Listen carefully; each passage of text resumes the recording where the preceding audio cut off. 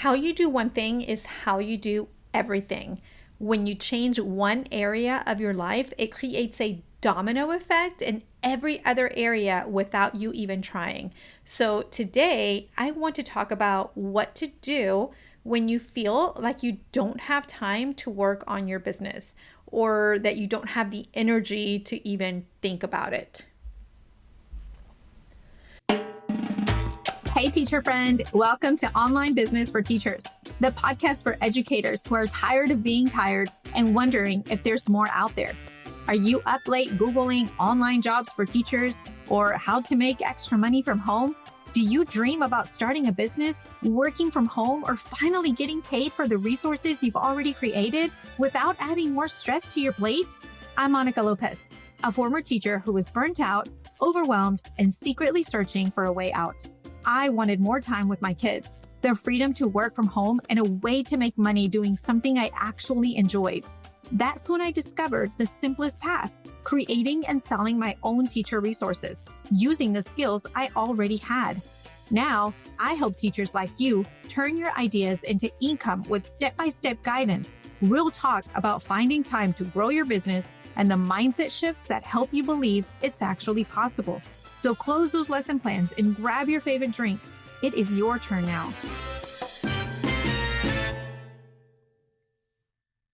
So I was talking to a friend of mine recently about the lack of time that everybody has this time of the year because it's testing season, right? It's test prep season. And so everybody is busy preparing their students for testing. And it's just a very stressful time of the year for many teachers and teacher sellers. Teachers right now have less time and less energy than almost any other point in the school year. And one of the first things that gets pushed to the side is your business. And I get it 100%. But something that I've learned over and over from my coaches is how you do one thing is how you do everything. When you change one area of your life, it creates a domino effect in every other area without you even trying. So today, I want to talk about what to do when you feel like you don't have time to work on your business or you don't have the energy to even think about it. When I started my business, the very first thing I had to do was let go of things that were not making the biggest impact in my life or my business. I knew that I just had to prioritize.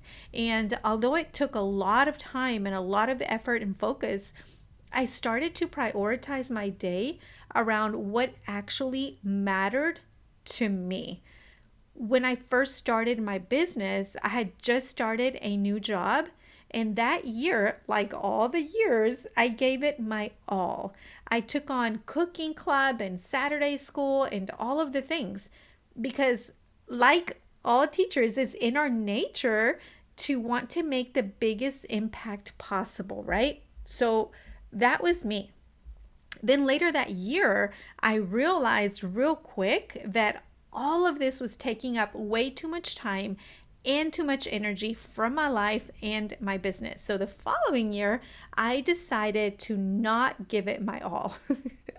My focus had shifted because I learned real fast that giving 110% at school left me with 0% for my family or my business. So the second year that I was there, I let go of cooking club and I let go of Saturday school. And although it was only half a day on Saturdays and the pay was okay, it was $50 an hour then. And here in Texas, it's good. I don't know what it is in any other parts of the world, but it was good to me then. And, it just sounded really good. But then I realized that instead of teaching Saturday school, I could work on my business for those 4 hours instead.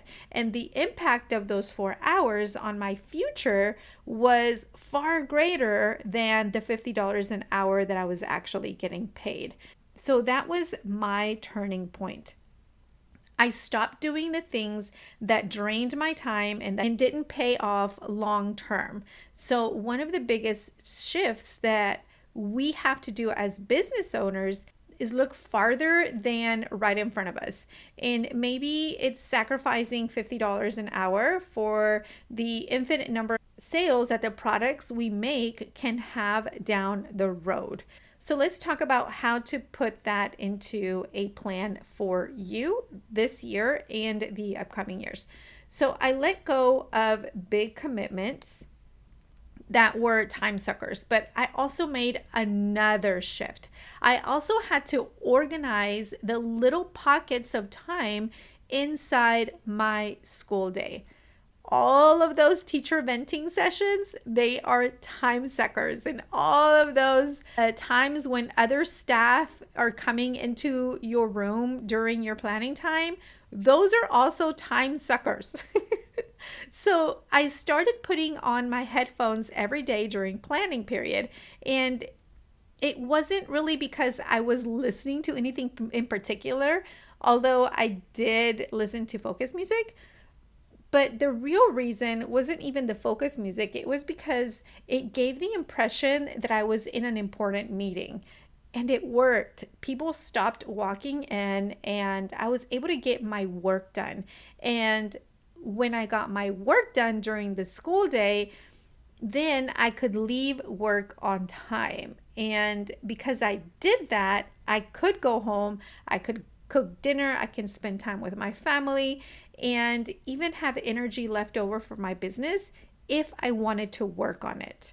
So again, how you do one thing is how you do everything. When I started organizing my time and focusing on me and my business and my life, instead of giving everything to the school, my business started to expand because I was spending more time on it. There's a saying, what you focus on, you get more of, or where energy goes, energy flows. I think that's what it is. I can't remember the exact wording, but it's true. The more I focused on my business, the more it grew. And I know it sounds super simple and obvious, but until we start looking at our own day and realize what we are actually spending our time on, we won't be able to realize that our business can't grow because we're not focusing on it. We're actually focusing on other things. So I truly suggest that you just kind of take inventory of your day at school and see what you're actually spending time on. Are you spending time on important things that are going to get you out of school on time, or are you listening to other teachers vent and venting yourself, right? So it's just kind of a mindset shift, a restructuring of thoughts and energy into the right categories, okay? All right. For some of you listening, you're thinking, wait, but my business is brand new and I actually need the money now, not in 6 months. And I know this is for a lot of teachers, not just for new people. Sometimes we start our business because we need the money now. We're not trying to create a back to school resource in February because it's probably not going to sell. And so you need the money now. I get that. And this is where scheduling becomes your best friend. A lot of us work on our TPT stores during the summer, but if you need money now, you honestly just have to block off your time so that you can prioritize your time now. One of the biggest things that I learned early on was that I needed to actually block off that time. I even set alarms on my phone to remind me to leave work. You might already have that, I'm not sure, right? But sometimes you just get so entranced in what you're doing that you lose track of time. If you are working on a lesson plan, a novel study or something, and you're really into your lesson plans, or maybe your accommodations or your IEPs, right? You are really into that. And sometimes you stay longer at work than you really anticipated, right? So alarms definitely help. Another thing that I did is I also created dedicated work times for my business. And this can help you too if you are creating resources for now, okay? So for me, working on my business after school was actually really hard. I was too exhausted after school. It seems like I absorb everyone's energy throughout the day. And by the time I get home, I'm super tired. Also, I'm a morning person, so Saturday mornings became my business time. I would wake up before the kids, before my husband, and I would get to work. Sometimes I'd even drive to the public library or to Starbucks so that I wouldn't get distracted by laundry or cleaning. And that actually really, really worked out for me. So if you're having trouble with finding time on the weekends, I really recommend that. All right, so here's what I recommend for you in order to make more time during your day and during your weekends. Block off time in your schedule. This can be after work or Saturday mornings or Sunday mornings, whatever works for you. And then when you actually block it off in your calendar, you have to honor whatever it is you put in your calendar, right? So put it in your calendar and then actually do it. It really is the only way that I could get things done. So I hope that this helps you as well. And if you listen to my episode on the 5-second rule by Mel Robbins, you can totally pair these two strategies together. I'll link that episode in the show notes so you can go back to it if you haven't listened to it. All right. Another thing that helps me stay organized is making a running list of everything that I need to do. I keep a lot of lists. Sometimes I keep one long list of everything that I have to do, both personal and business. And sometimes I have several lists. Like I'll have one for business tasks, one for personal tasks, one for TPT tasks, one for podcast tasks, and ideas and all of that kind of stuff. That might be overwhelming to you if you're not a list kind of person, but you can always keep one long list, and then when you come to sit down at your desk, you can put everything into categories. That's how I do it. I will have I'll have a big long list, and then I just kind of go through and say, okay, well, all of these are personal admin tasks, and all of these are TPT product tasks, and all of these are membership tasks, and all of these are podcast tasks, right? So categorize them. After you make a really long list, you categorize everything, and then you can schedule a block of time in your calendar for each category. So each category gets its own block of time. So if you have like a whole bunch of phone calls that you need to make, well, you might want to block off 30 minutes or an hour to get those phone calls done, and then set another block of time, maybe an hour or two for your business time, and so on and so forth. That's actually how I stay focused. Because when that time block comes, I know exactly what I'm supposed to be working on. And yes, you still have to focus on what you are working on. So you have to close your door, you have to tell your family what you're doing, and you have to honor that time. My kids are older now, so they don't need me every single minute of the day, but I also block time out for them. This time is just for them. I don't do anything else during that time because I honestly just want to spend time with them, right? So for example, my kids are off on Mondays because their district does a 4-day week. So on Mondays, I know I don't start work until 9 or 10 because they are home. Same with appointments for them and for my parents. I have aging parents that I also take care of. I schedule all of their appointments on my calendar as well because everything has to have a place. That's the only way that I can stay sane. So schedule your appointments, block off the time for your business, for your personal life, and that way you can stay organized with your whole entire life. And that way you have time for all of the things that you really want to do. All right. Another strategy, and I promise I'm going to recap these at the very end because I know I'm giving you a whole lot of information. This goes right along with batching your week.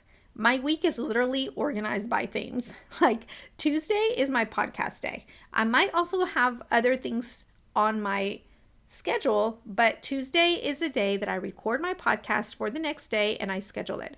Everything else is extra. So if I can fit other things in there, that's fine. But I know that I have to block off at least a couple of hours for recording my podcast and editing it and all of those things.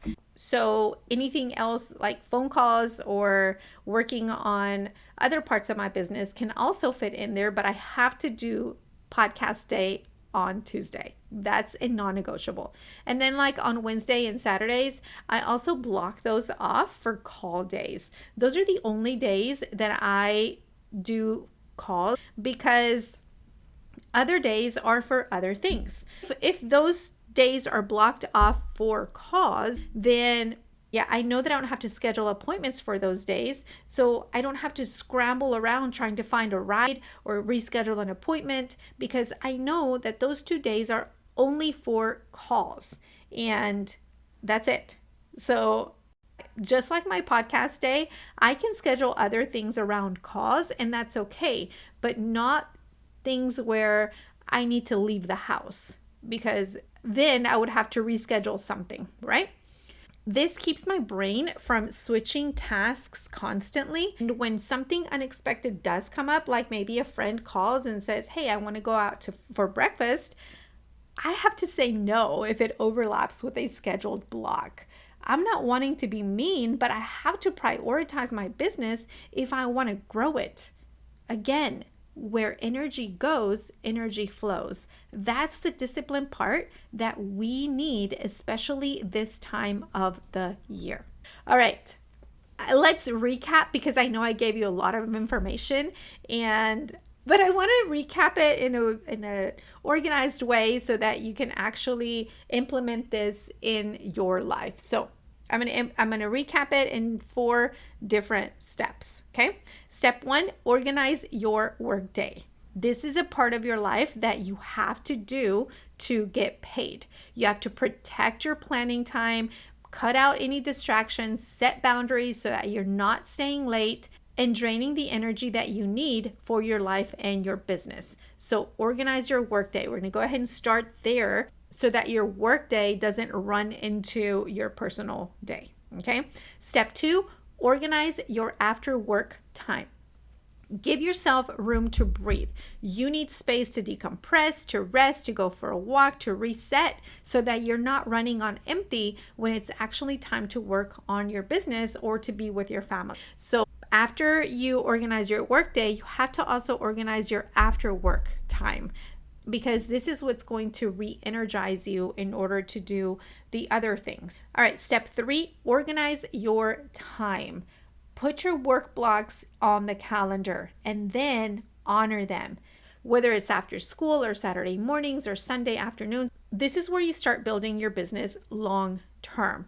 So block off your work times, block off your business time on your calendar and honor it. And if you need to go out of the house in order to work on your business, then do that. That's what's going to give you the time that you need in order to work in your business.